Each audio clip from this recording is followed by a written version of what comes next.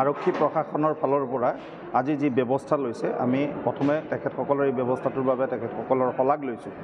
আমি ইতিমধ্যে জানো যে আমাৰ ভাৰতবৰ্ষত ব্ৰিটিছ শাসন কালৰ পৰাই যিটো ইণ্ডিয়ান পেনেল কোডৰ অধীনত আমি ক্ৰিমিনেলসকলক যিটো তেওঁলোকক দণ্ড বিহা হৈছিল সেইটো এটা নতুনকৈ অহা 1 জুলাই তাৰিখে ভাৰতীয় ন্যায় সংহিতা বলবৎ হ'ব 1 তাৰিখৰ পৰা। ঠিক তেনেদৰে আমাৰ যিটো কোড অফ ক্ৰিমিনেল প্ৰচিডিউৰ যিটো 1973 চনৰ পৰা প্ৰৱৰ্তিত হৈ আছিল তাৰ ঠাইত নতুনকৈ ভাৰতীয় নাগৰিক সুৰক্ষা সংহিতা নামেৰে আইন বলবৎ হ'বলৈ গৈ আছে। আৰু ঠিক তেনেদৰে আমাৰ 1872 চনত যিটো ইণ্ডিয়ান এভিডেন্স এক্ট সাক্ষ্য যে দিব লাগে তাৰ ঠাইত অহা 1 জুলাইৰ পৰা ভাৰতীয় সাক্ষ্য অধিনিয়ম সেইটো বলবৎ হ'বলৈ গৈ আছে।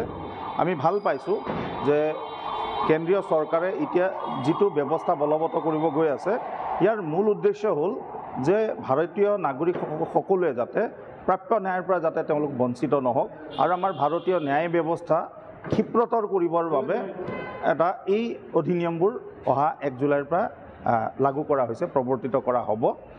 আচলতে আগত যিখিনি আছিল ধৰি লওক অপৰাধীক দণ্ড বিহাৰ কাৰণে আমি দেখিছিলোঁ যে তেওঁক অপৰাধী হিচাপে হয় নে নহয় সেইটো জানিবৰ কাৰণে তেওঁক কিন্তু প্ৰথমে কৰায়ত্ব কৰা হৈছিল।